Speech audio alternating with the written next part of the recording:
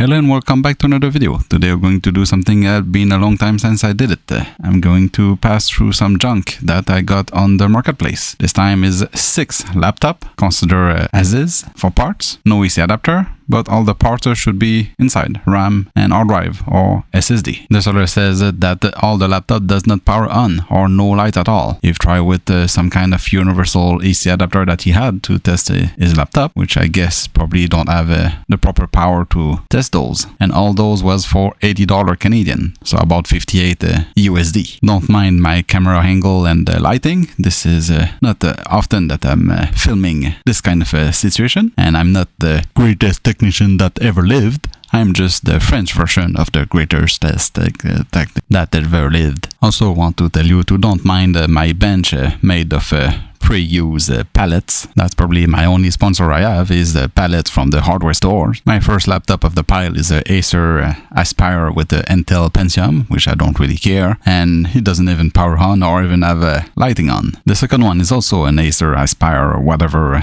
model is that, and like a captain in its sinking ship, it's died, and everything that was alive in it also dead. This one also does not give any sign of life, not even a light open. But since all the parts should be inside, at least I should make my money back from just the part, RAM and storage, whatever storage is in it. Remember, I pay 60 USD. I mean, I need to make at least $10 by laptop, dead or alive. Next up, I have the MSI GE62 from 2015 or 2017. I'm not sure exactly which year this one came out, with an i7 something something, because there's the sticker on it, adding some FPS, and a GTX 960M. I think this is a 2GB variant. And of course, enough grease to have the fingerprint of the hold owner on the keyboard and the fingerprint on the screen from the keyboard from the hold owner. It's so oily that I worry that the US is going to invade us for this keyboard. And this one, surprisingly enough, give a sign of life. We have a light up keyboard, light up power button, and the splash screen of MSI. So we already know we have one functional laptop to some level. I don't know if there's anything else defective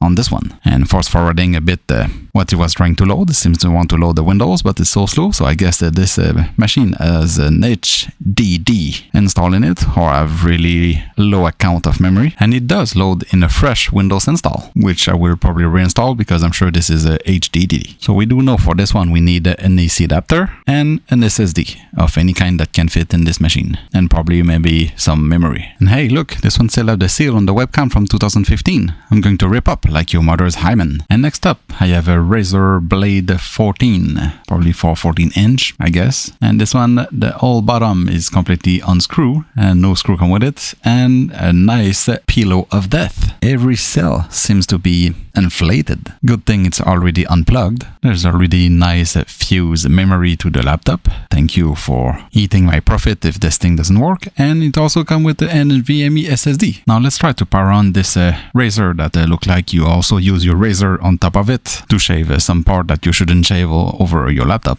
And we also have a sign of life on this one when you press the power button and a light up keyboard. And while waiting, if there's any other sign of life from this laptop, you can admire my silhouette from this super glossy screen. It is as glossy as your mother's eyes when she too much in your throat. And it does seem that try to load into Windows, so I guess there's also a Windows installation on that NVMe, ready to be used or ready to be formatted. And look at all that gooch. The gooch collector will be so proud of me. It's just so sad that he lived too far from me. But I can send him the gooch by mail, and we have Windows running. So now we have 2 functional laptops. And we do know that we need a battery, an AC adapter, and some screw. We now have 2 functional laptops and 2 dead laptop. And for the price I paid for it, already making profit. Next up, we have an Asus K501u with a lot of duct tape. I'm not sure what it is holding, but it's definitely not my zipper pants when I see your mom. And would you look at that? It's a homemade DIY hinge for the laptop. And how do I know that?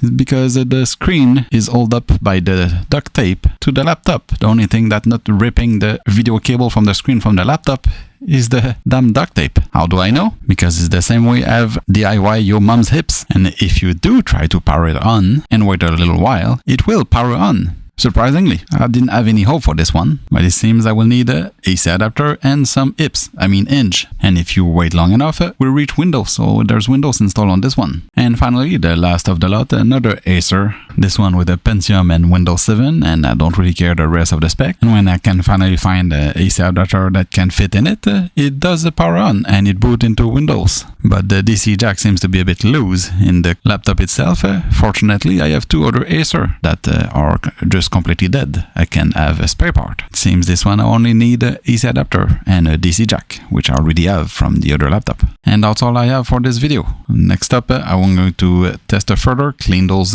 pubes, order the missing parts, and rebuild them. If you like this kind of video, please let me know in the comments. I'll try to have better lighting and better camera. Maybe bring Lupe to come help me record everything. Anyway, thanks for watching. See you in the next one, and let me know what you want to see next from those laptops.